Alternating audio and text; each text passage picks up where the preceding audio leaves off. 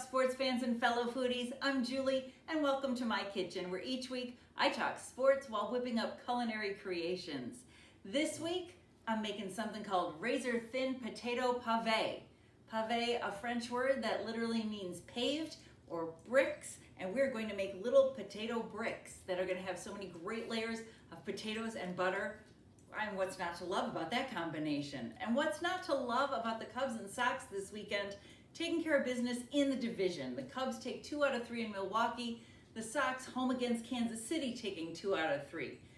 But the Sunday games came down to some little tiny details that made a difference in a win for the Cubs and a loss for the White Sox. We're going to get into that, but I'm going to start prepping some potatoes first because we got a lot of work to do here. All right, what I'm starting with, Yukon Gold potatoes. You do not want russets, you want Yukon Gold. They're gonna be more starchy. And normally you don't necessarily want that starchy, you want the fluffy russets. This one, you want starchy. It's gonna be the glue that holds everything together. I'm using a mandolin. That's this fancy little slicer that's gonna give me uniform slices. That's what we want.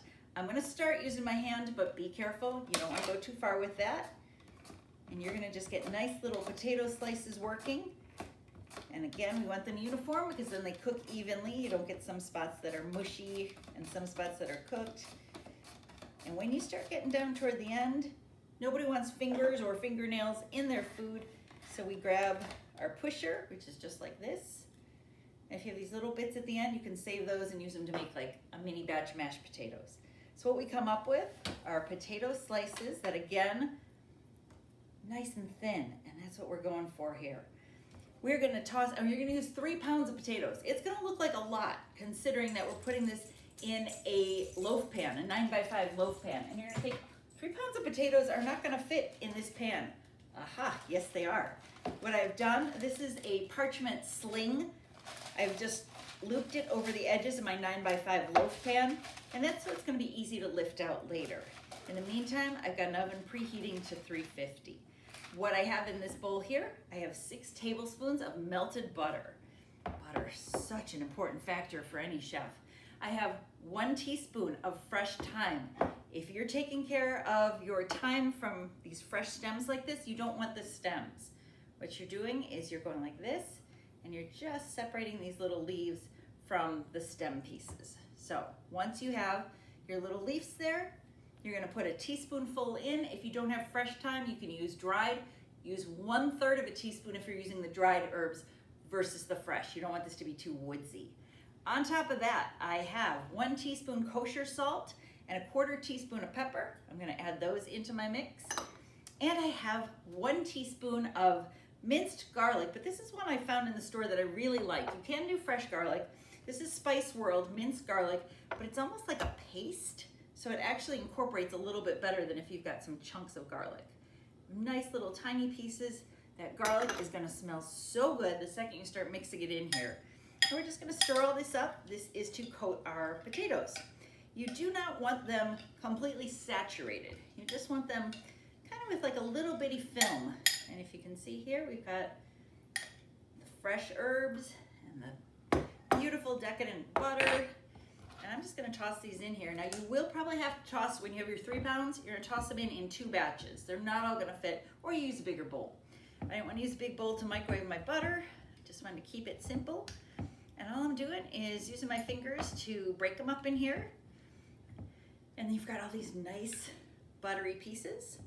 And what you're gonna do is you're going to layer these in your loaf pan that has the parchment paper, and you want them slightly overlapping. That's because that's gonna build structure for you.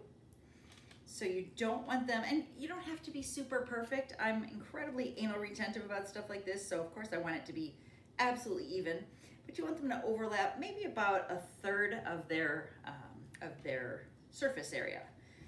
And what I'm doing with mine, I'll show you this in one quick second here, is I am doing a couple rows, 1 down each side, and then I did 1 row down the middle. So this is what I've got here. You can kind of see how I've got them set up. And you're gonna keep doing that. Keep doing it all the way till you're done with your potatoes. It's gonna come pretty close to the top.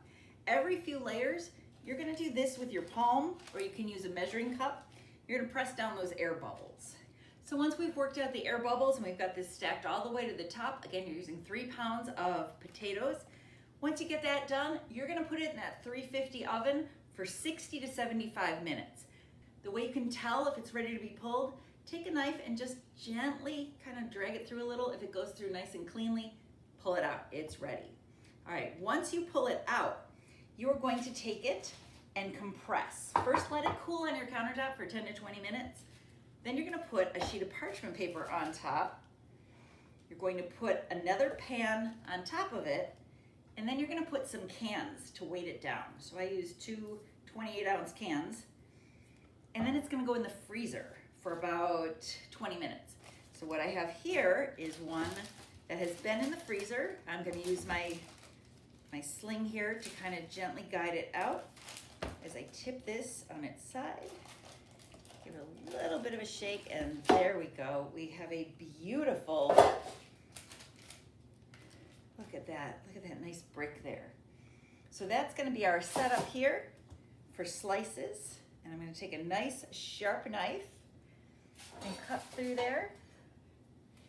You can go this way, however you want them, but you want them to be just nice, pretty slices that you're gonna put in this skillet that I have heating up. So I'm gonna go this way to start.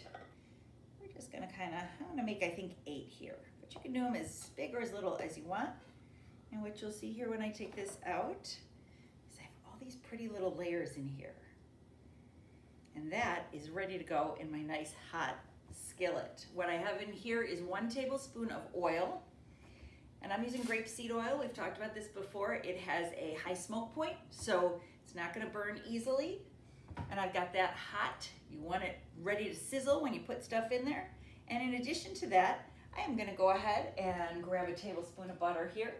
I'm gonna add butter to my hot skillet. So I've got 1 tablespoon butter, 1 tablespoon oil, and that's so the butter gives it a little of that golden crispiness that we're gonna want.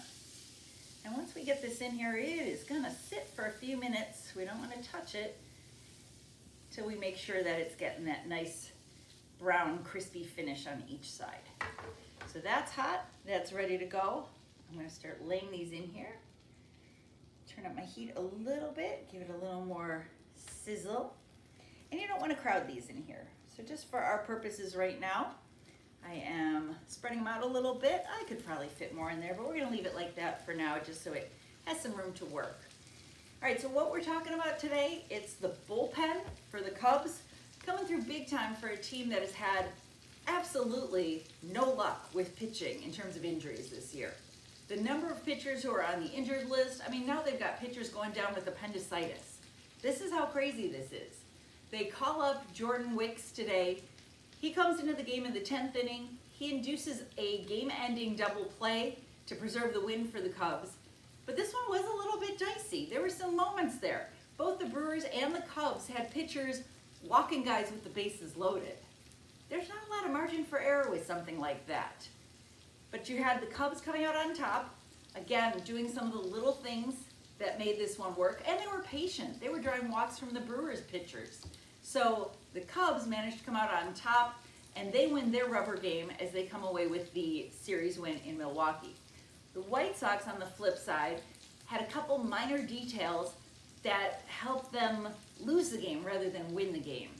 One was an Anthony Kay hit batsman, and one was a Colson Montgomery error in the field that led to 2 runs scoring. And in a game where they lost by 1, that was the difference right there. Tough to pick on somebody like Colson Montgomery, who's made some great plays this year, but it was a bad bobble, and it did lead to runs scoring that were going to decide the Sox' fate. He's thinking about turning a double play, didn't even get a hand on the ball, bobbled it, and that's where the game kind of fell apart for the White Sox, even though they were trying to come back late in the game. So we had some drama on both sides. I'm going to take a look at these here, see how our sizzle's going. You want to do about 2 to 3 minutes each side. And yep, as I flip, I'm seeing some brown on the top.